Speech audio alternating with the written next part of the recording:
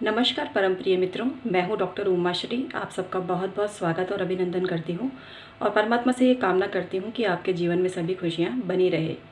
मित्रों, आज मैं आपको बहुत ही खास जानकारी दे रही हूं। आज मैं आपको बता रही हूं, हम जो नमस्ते करते हैं या नमस्कार करते हैं, इसको करने के तरीके से आप किसी भी व्यक्ति के बारे में कैसे जान सकते हैं और इसके अलावा क्या सही तरीका है, किस तरह से इनका प्रयोग करना चाहिए, यह भी मैं आज आपको बताने जा रही हूँ।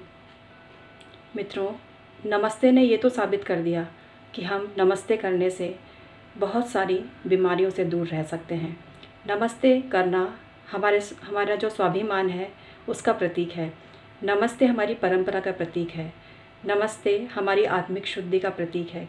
जब हम परमात्मा के समक्ष नतमस्तक होकर हाथ जोड़कर विनती करते हैं तो एक बहुत ही अजीब आनंद की अनुभूति होती है और साथ ही एक दिव्यता का एहसास होता है जो हमें पूजा स्थान में बैठकर महसूस होती है। इसके अलावा नमस्ते एक ऐसा शब्द है जिसका प्रयोग जहाँ कहीं भी किया जाता है यह उस वातावरण को पवित्र कर देता है।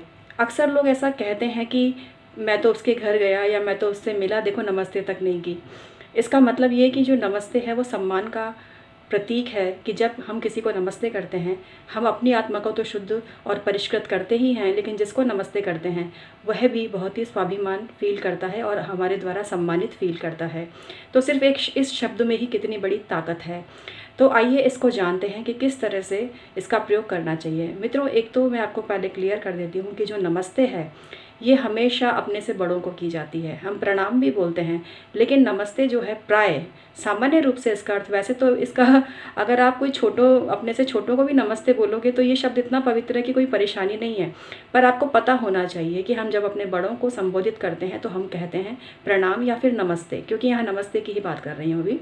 लेकिन जब हम अपने से छोटों को बोलते हैं, जो हमारे छोटों से मतलब होता या उसकी बात नहीं है, कोई छोटा बड़ा नहीं है, यहाँ उम्र के लिहाज से हम बोल रहे हैं।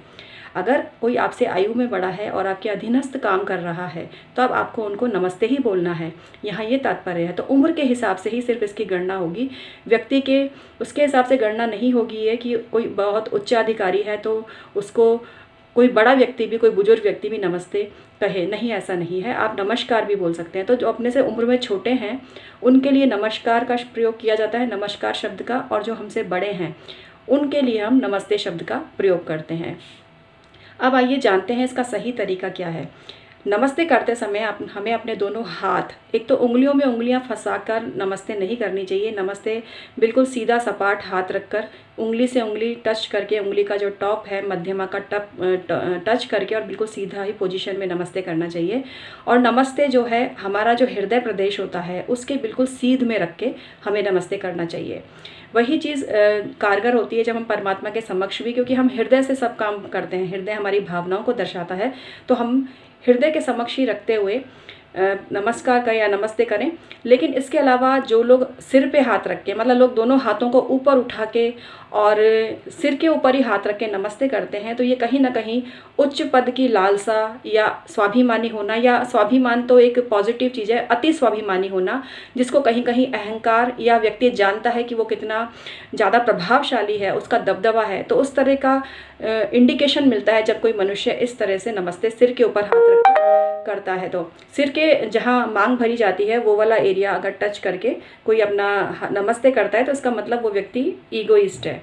ईगोइस्ट का मतलब बुरा शब्द भी नहीं है एक्चुअली, अति स्वाभिमानी होना, अति ज़्यादा अपने में बहुत ज़्यादा कॉन्फिडेंट होना, या वो व्यक्ति स्वयं जानता है कि वो कितना प्रभुत्व वाला है, या फिर उसको बहुत प्रभुत्व की कामना है। दोनों ही कंडीशन में हाथ इस तरह से रखकर और नमस्ते करते हैं कुछ लोग। इसके अलावा मूलांक 1 का भी प्रतीक है इस तरह से जब लोग नमस्ते करते हैं।